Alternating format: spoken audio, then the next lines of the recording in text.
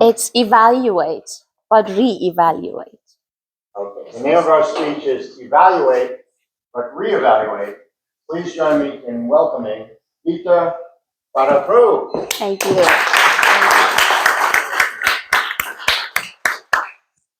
Good morning. My 14-year-old teenager has a perfect vision, but he has a hardship. He cannot see very well.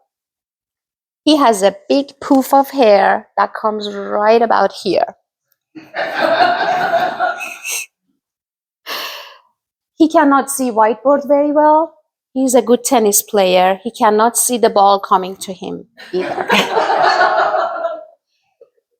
To help me stay strong, my sister suggests that I go back and look at our pictures when we were 14.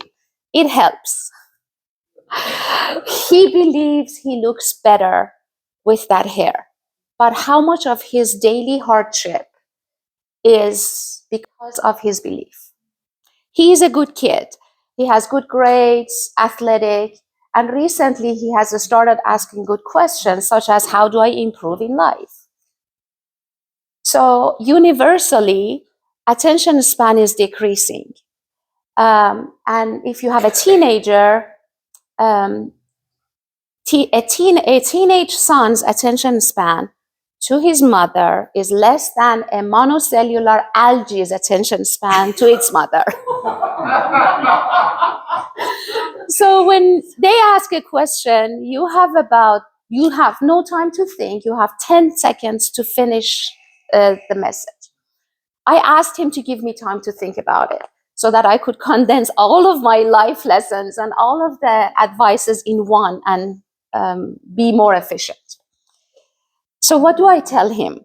Gratefulness, because it attracts light and blessings. Keep learning because it keeps you young.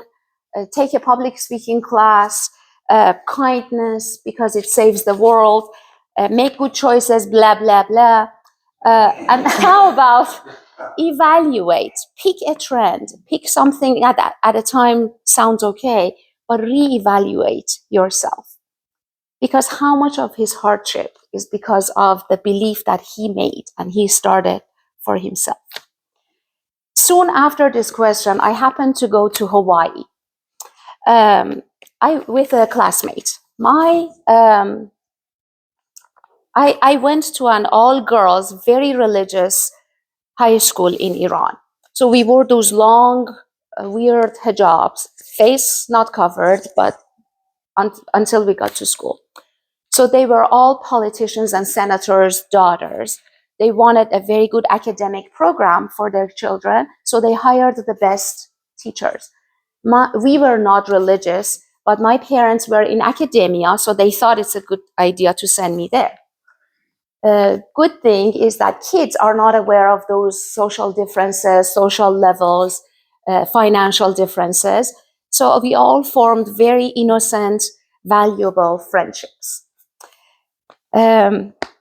Later, they all became really influential professional women, from aerospace engineers to surgeons, from doctors to professors and psychologists, and some are in political prisons. One of these dear classmates, a few months ago, very recently, she came to visit San Diego. She wears hijab. She has short hair. She's a very renowned surgeon from Iran, living in Iran. She has short hair, yet she covers her hair and wore long dress or wore long clothing while she was here. So I happened to go to Hawaii with her. Hawaii has a very special place in my heart. As a drug expert, I explain its weather as a Xanax or muscle relaxant. Slowly, it becomes hard to care about anything. So I love Hawaii and I love her, but why am I in Hawaii with her? Our activities will be limited. She won't swim. She won't take off her headscarf.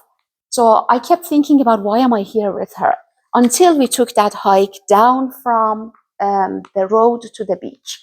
On the flat part, She explained to me and she shared with me how patients' beliefs really impact their health. Their belief in fasting in Ramadan against their doctor's recommendations, disbelief in medications, disbelief or their objection in new therapies and all that.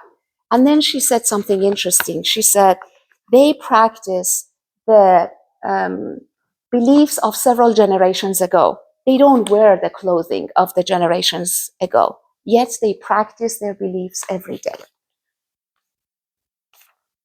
A mild breeze was kissing my hair and my face, and I think to myself, every breath that goes in is a miracle, and the one that comes out. So I look back to make sure she's following me, and I see that my joyous breeze is her tornado of misery. The same breeze I was experiencing for her was a disaster. She had both her hands on the scarf, and then the breeze would make the clothing stick to her body. That made her uncomfortable. So she tries to untangle the clothes. Then the wind is taking the hair scarf away. Then she doesn't know what to do. She lacks hand, and I cannot give her a hand because that occupies one of her hands. So she falls and falls again, and falls again.